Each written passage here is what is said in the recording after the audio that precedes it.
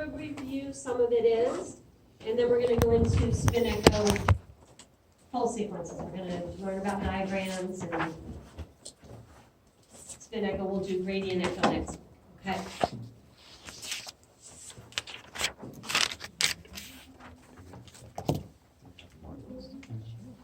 Just to be with the students. I printed it in my own. I get some.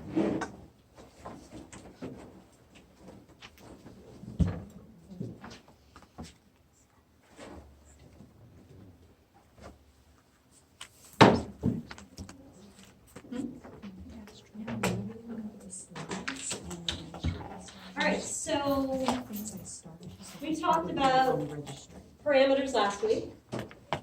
Which parameters did we talk about that influence our time?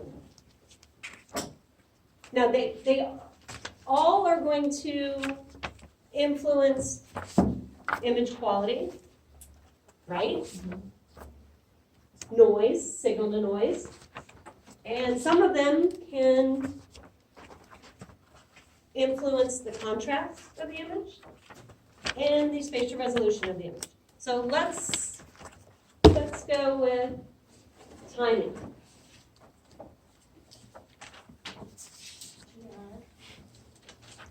TR. How does TR affect time? Slice us. Long TR. We need more TR the longer the time. What does TR control? It also adds slices to your. What does TR control? T1. T1. That was the first thing we learned about TR, right? That it affects T1. How does it affect T1? Short TR.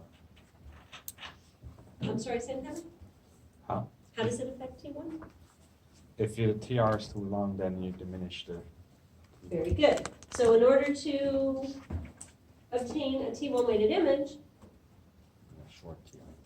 a short TR, very good. That accentuates our T1, right? But when we're creating a T1 weighted image, what else do we need to do? Besides accentuate T1, diminish T2. How do you diminish T2? Short TE. Short TE. Short TE. By TE, because TE controls T2. Okay, so Hector, you said what else about TR? And TR also adds, you raise your TR, you're adding slices into You can, right, sequence, right. yeah. So your TR essentially controls the number of slices that you have. So if your TR is, let's say it'll accommodate 20 slices, but you only have 18, what can you do? The distance factor. Increase the distance factor. If your TR says that you can have 20 slices, but you only have 18, what could you do? We're talking TR.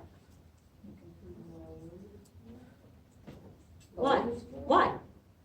Because you don't need that much TR, because you don't have that many slices. Remember, whenever you open a protocol, that protocol was set from the first, whatever patient, usually the first patient that it was scanned on. If all the, if all the images were good quality and it was a good protocol, it got saved. So where one person's brain may need 20 slices to get through, another might only need 18, correct? Right? So when you first open that protocol and you get your number of slices and you have 18, I'm sorry, you have 20, you don't need all 20, you take 2 of them off, you can still run your scan at the TR that was selected, but you can shave off very little bit of time, but it's still time. Okay, when you guys get out there, well, you guys see it every day, or every day you're in clinic, you guys see it. We run behind. Patients claustrophobic, so you have to, take your time and talk to them between each one. You're coaxing them to get them on the table. those precious minutes add up, and before you know it, you could be 30 minutes behind. So every opportunity that you can seize to shorten, even if it's just 5 seconds here, 10 seconds there, those seconds add up to be minutes. Those minutes can help you to catch up, okay? So that's why it's really, really important that we know what each parameter does, controls, how we utilize it, how we can manipulate it in order to keep our scan times as low as possible. Now, with that being said, I'm not telling you guys to go in there and shave off every single, patient, every protocol that you, because those protocols are saved because their image quality is good. And it's approved by the RADs, and this is the kind of work we want to put out, okay? You get that patient that's claustrophobic, you get that patient that's moving, you see what I'm saying? So those are the ones that, yes, you can start playing with parameters. But when you get that walkie-talkie, good patient that lays still, run that protocol the way it's set up. I'm sure every single one of you, every day at clinic, see someone or some of the techs that they can't keep their paws off the protocol, that they're shortening everything. Am I right? Is it right? In a perfect world, if we didn't run behind and every patient got on that table and did what they were supposed to do and did it, got there on time, first of all, or early, okay, I get it. But to take every single patient and be shaving like that, that's not what we're about here. And that's why I want you guys to learn that that's not what you should do. So everybody got that? This stays here, right? We don't tell the techs, hey, Laurie said, right? Okay. I don't want them mad at me, but I get it. I've worked in the hospitals. I've worked, in outpatient centers, and we're in an outpatient center now, and yeah, we get behind. And I try not to shave off time, on that good walkie-talkie patient. Anyway, enough of my spiel here. Okay, so we talked about TR, what TR and TE. Those two are basically for contrast, for image contrast, right? TR, a little more on the timing side, okay, because of number of slices. Let's talk about, let's do the slide so I don't do all of this and then we go through the slide and then like, oh, weird. Okay, so what are the factors that affect image quality? Our signal to noise, why? We have to have good signal. Where do we get signal from? The patient. What is that signal called? The NMD. Contrast to noise resolution. What's contrast?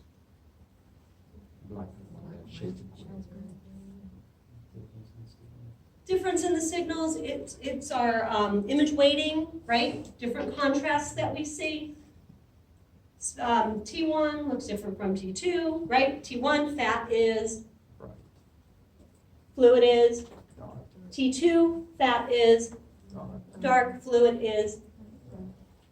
Who knows, how many of you guys have seen stirs? What's a stir?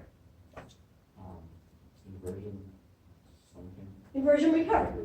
What is it? Do you know anything more what that means? Okay, that's fair enough. We're gonna go over it soon enough, but inversion recovery. What is a spin echo? It's a 90-degree followed by a 180, right? Inversion recovery starts out with a 180. Okay, then it goes to the 90. Anyway, we're going to learn more about that in a little bit, but the different types of contrasts that we see, if you compare a spin echo to a stir, what is the image quality between the two of them? Between a T1 spin echo and a stir. Resolution's not as good in the stir. It says on the T1. The T1 image quality is a lot better than the STIR. And we'll talk about why that happens. It has a lot to do with the inversion, the 180 first and then the 90, but these are important things that contribute to image quality. Spatial resolution. How does spatial resolution apply to our image quality? What is spatial resolution? Pixel size, voxel size. 28, or 512. Well, what does that mean? How many pixels you have in the image? Like, So if I want high spatial resolution, what kind of matrix or what pixels and stuff? Fine. A fine matrix. Define a fine matrix. Like 512 by 512. Your higher numbers, why? They're smaller pixels, so there's more of them to form your image. Right. So in your field of view, with a fine matrix, which is the higher numbers, there's more pixels, making the pixels smaller. There's more that is fit into that field of view, and it gives a better spatial resolution. Okay? But no, I wouldn't so much say low signal as I would say high spatial resolution. If I want more signal, what kind of a matrix would I use?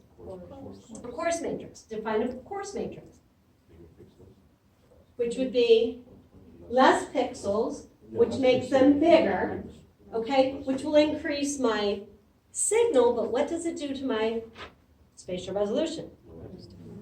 Okay, so there's that fine line there, okay? If I'm looking to get signal, and I have a 256 by 256 matrix, would I take my matrix and go 128 by 128? Why? Well, it will increase our signal, but it'll decrease our spatial resolution. So there's a fine line between that, okay? Scan time. How does scan time affect image quality? Depends on motion that the person moves. The longer the scan time, the more chance for motion, okay? Now, I'm not saying if you have a 4-minute scan to immediately cut it to 2 just so you don't get motion. Again, there's all these different parameters that we're going to be playing with that we have to kind of look at the whole picture, okay? So, contrast to noise resolution, what is it? It's the ability to differentiate between high and low areas of signal, or the difference in signal to noise between two adjacent areas. So high signal appears bright, and your lower signal will appear dark. Factors that affect contrast to noise are the proton density. What's the proton density of an image? How much hydrogen is. Right, what it's made up of, right? So if you take brain tissue and you compare it to lung tissue, which one has more proton density? The brain, okay? So you guys get the concept of that. Voxel volume. How does the voxel volume contribute to our contrast? To the resolution, exactly. Your TR, your TE, and your flip angle. TR controls, TE controls, flip angle controls. Both, very good, both. Your NEX, what NEX? NEX, number of excitations. NSA, number of signals averaged. These are all the same thing. Matter of fact, in your book, in your MRI in practice book, I'm not sure what page, but there is a table in there that for those of you that are going from a GE to a Siemens or a Siemens to a GE, there's a table in there that will, you can look at what GE calls it, what Siemens calls it, what Philips calls it, okay, for the different parameters. All right, so make sure you guys look at that. Next, what is next? Or NSA, or number of signals average, number of excitations, what is it? How many times, Number of times. what's that? The number of times the lines of key space is filled. in Correct. is that. So if you have one NEX or one NSA, one line of K space gets filled, All the lines of K-space get filled, but it only gets filled one time. So if I have two necks or two signals, that same line of K-space is going to get filled twice. How does that affect our image? Yes and no. Bless you. The more times you fill those lines of K-space will increase your signal to noise.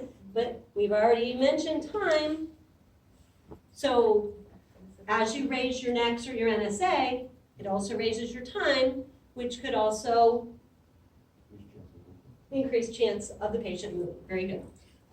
Your received bandwidth. What is the received bandwidth? It's a number of frequencies that are sampled, right? So again, we have to be careful. The more we open that window, right? The more signal gets in, the more noise that comes in. Type of receive coil. How does that affect? Correct. You always want to select the coil that fits the body part best. You're not going to do a knee in the head coil, right? Or a wrist in the head coil. You guys got it. So if we talk about our contrast, noise, and contrast material, pathology, you guys, everybody's seen pre-GAD and post-GAD images, right? Have you seen abnormal pathology post-GAD? Pre-GAD and post-GAD, I should say. Where does it show up more? Mostly post-GAD, right? So pathology can definitely better be distinguished or, seen by introducing IV, oral, or other contrast agents. Any of you use oral contrast? Any of the sites use oral contrast? What do you guys use?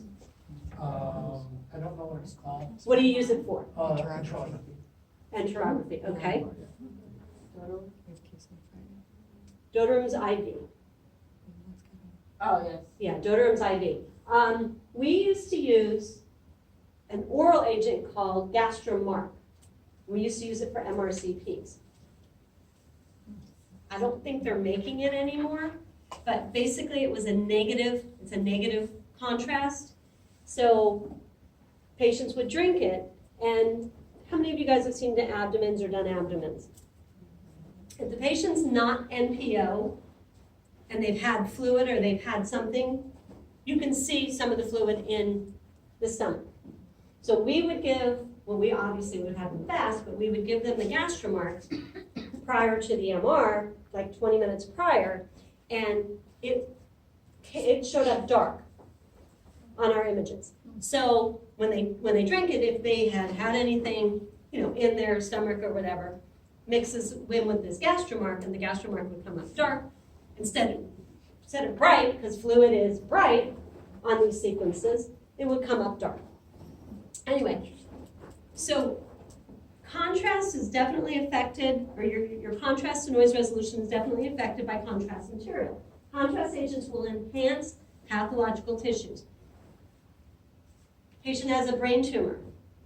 Typically, you can see something abnormal on the pre, okay, whether it be the T1, the T2, you can see it.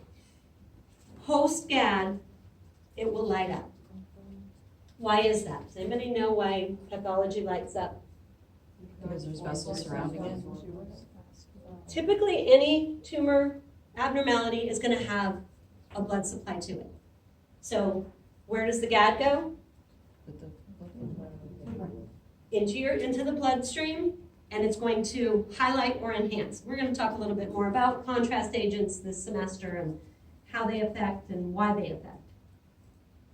All right, so contrast and noise resolution allows us to discern lesions from normal tissue. Essentially, anything that influences image weighting will influence image contrast.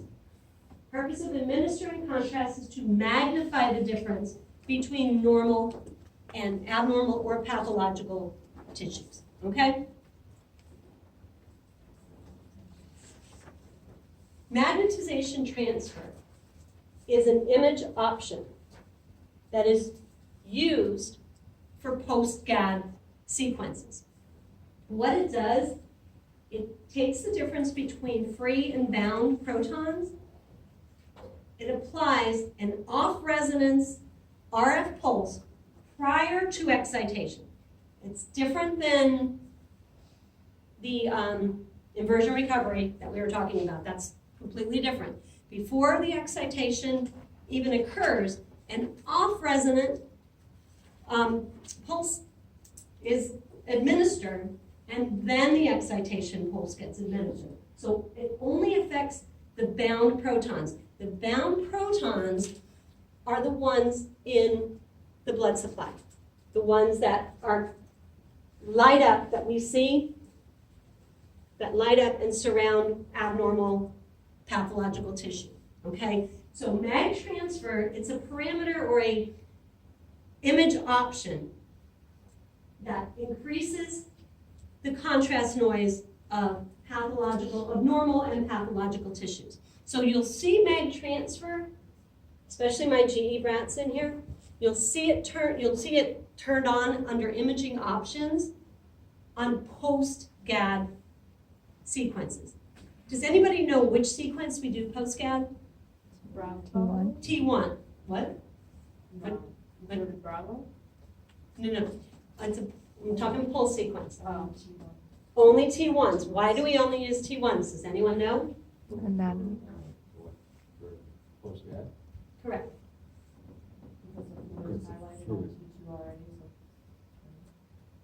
Oh, because of T2s, the fluid is bright, and the blood is bright, then it might confuse you. Nice try though. Because the T1, the fluid is dark. Gadolinium, what's that? The pre's are T1, but we have pre-T2s, and gadolinium shortens the T1 time of the tissue. So gadolinium is only seen or affected on T1 weighted sequences. Would you say GAD shortens the what? T1 time of tissues.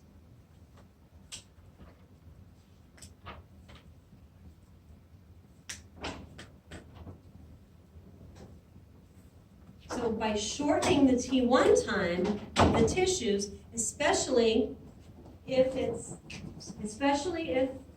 abnormal, is going to highlight it even more. Okay, guys, you took what you guys said. Dr. Shellick sent a copy of his reference manual for 2018. Everybody in the class got one. Kind of like Ellen. I feel like Ellen. Sorry, that's where it stopped. No TVs, no vacations. Okay, so does everybody understand contrast to noise resolution? The purpose of giving contrast or gadolinium? Yes? No? Okay. All right, so scan time, we had talked about this. How do we compute scan time? You can take your TR, you're going to take the phase encoding times your next. TR, we already know, is the length of time between each excitation pulse. The number of phase encodings gets determined by the phase encoding matrix, and the next, how many times each phase encoding step is repeated, right? How many times, remember, how is, K-space, thank you. How is K-space filled?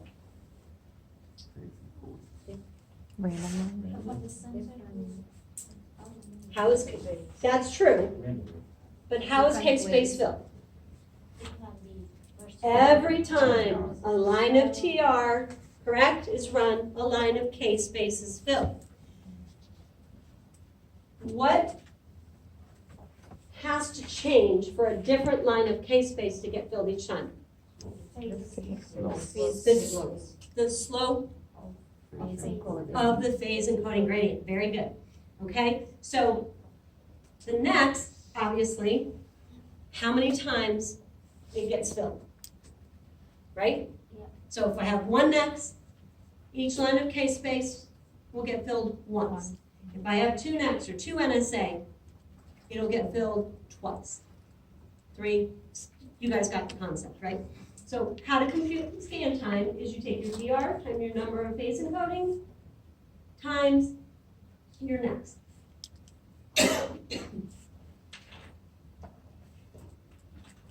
I know some of this is review, right? Yes?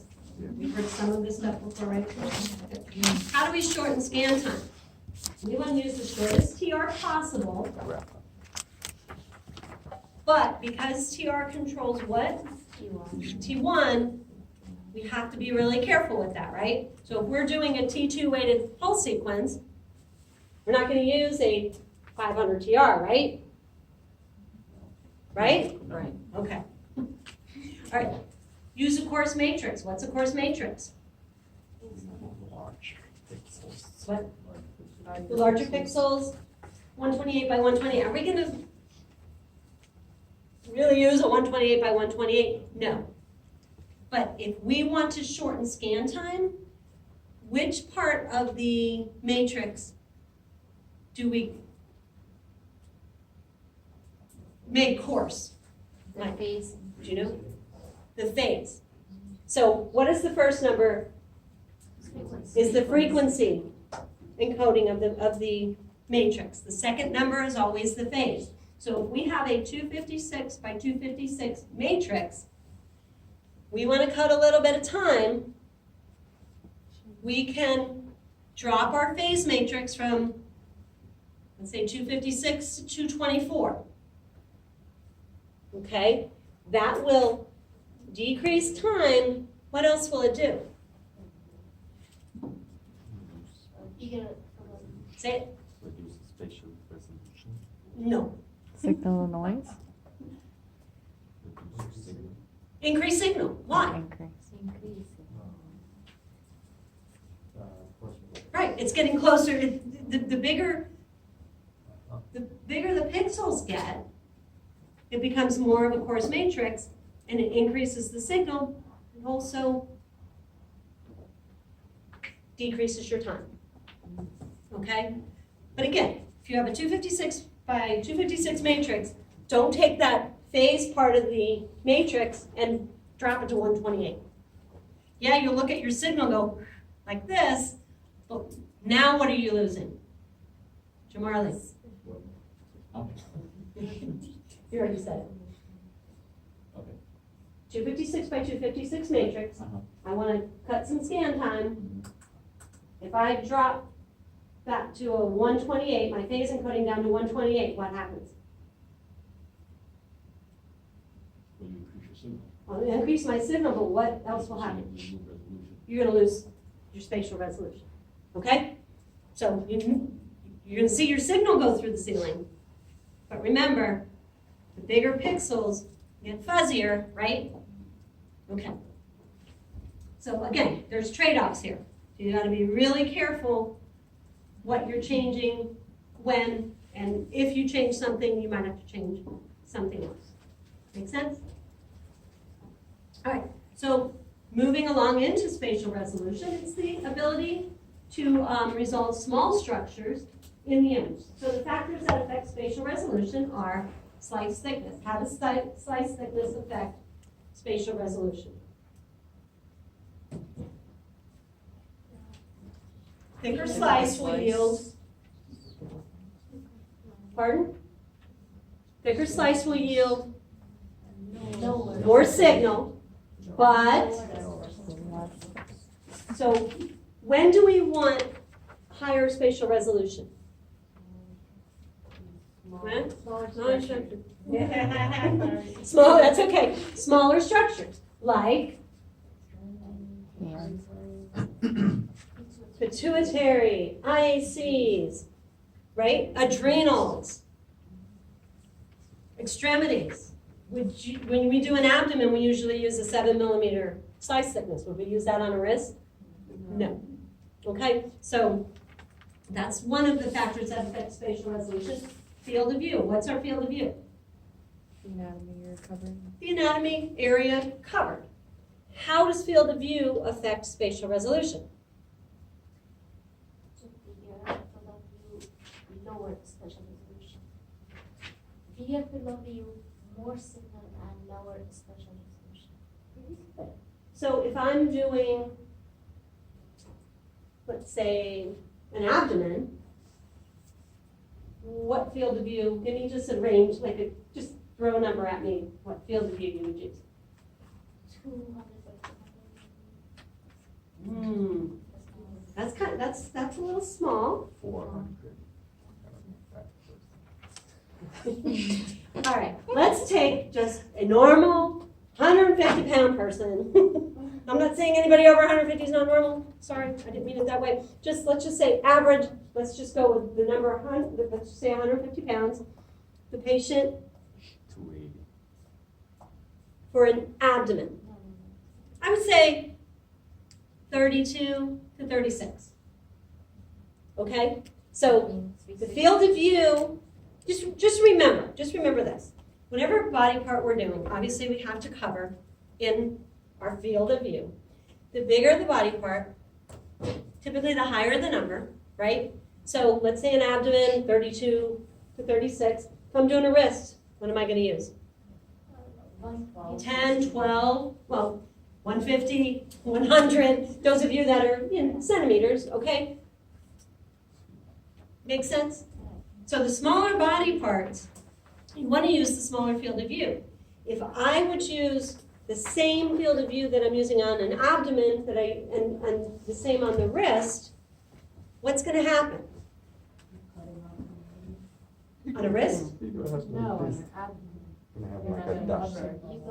I'm using a 36 field of view on the abdomen. Now I take that 36 field of view and I apply it to the wrist. What happens? You see a dot. A dot, exactly. That's exactly the way to put it. You see a dot. Why? Because this field of view that we're covering is much smaller than this field of view that we're covering, right? However, field of view also affects, anybody? Besides spatial resolution, what else does it affect? your signal. Signal. How does it affect signal? If you have a higher field of view, you increase your signal. Okay, so although I would increase signal, if I have a wrist, I'm not going to take it from a 10 or 100 or 12 or 120 up to 36 to gain signal, right? How often do we use field of view to bump our signal up? Why?